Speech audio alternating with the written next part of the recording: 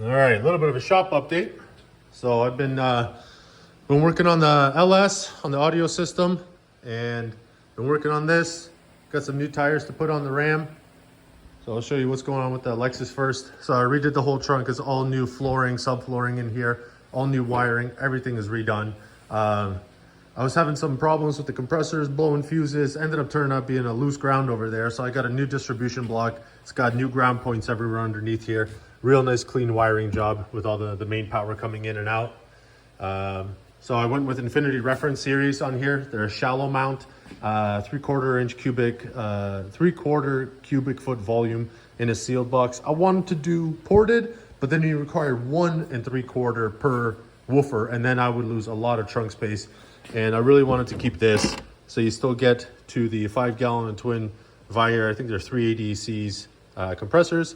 Got the high pressure SMC valves in there. I run a 90 to 110 pressure switch on here, and that is for the single bellow air bags on the front. They're Tanabe Air Cobra, running a PBM 20K spring.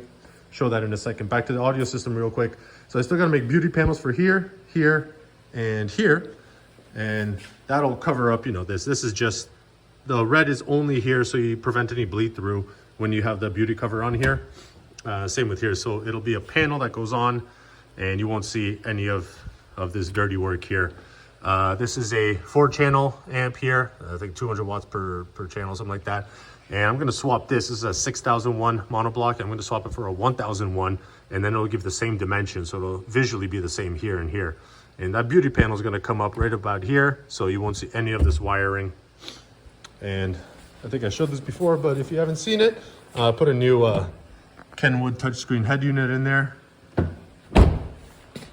And this is what those Air Cobras look like. So they got the Serial 9 first gen, what do you call them?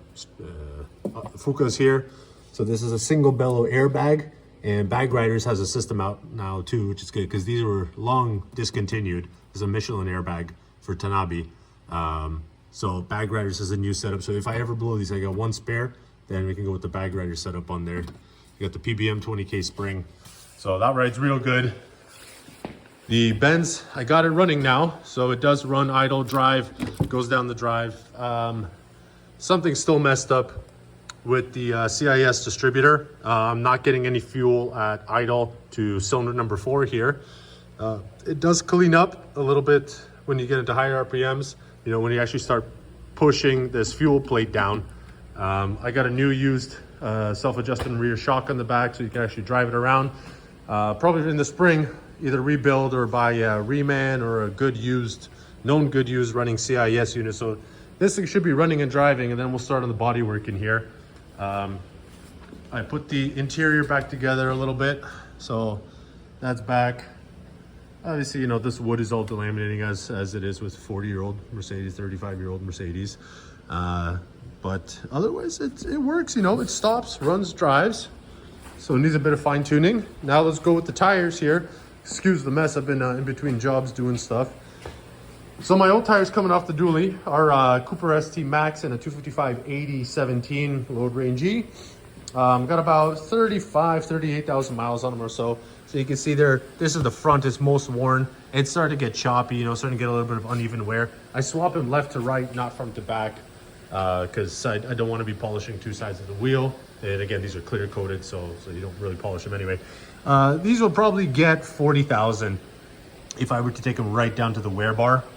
But so they did okay. They did okay. I got more miles on them when they were in a 37 on my Ford F350.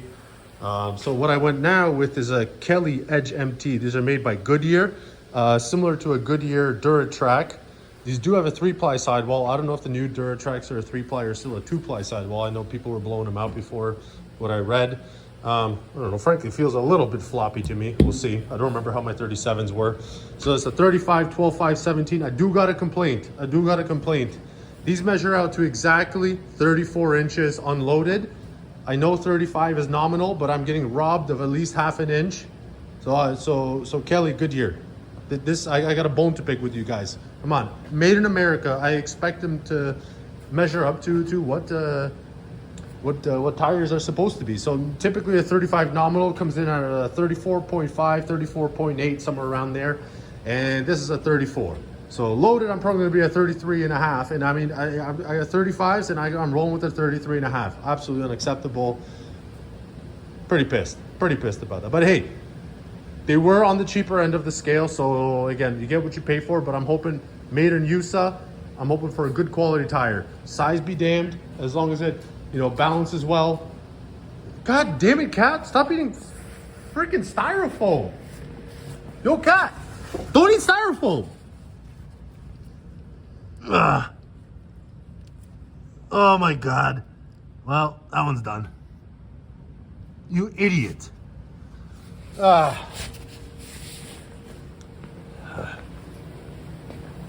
So we're gonna be putting these on the dually. I'll show the spacers right now.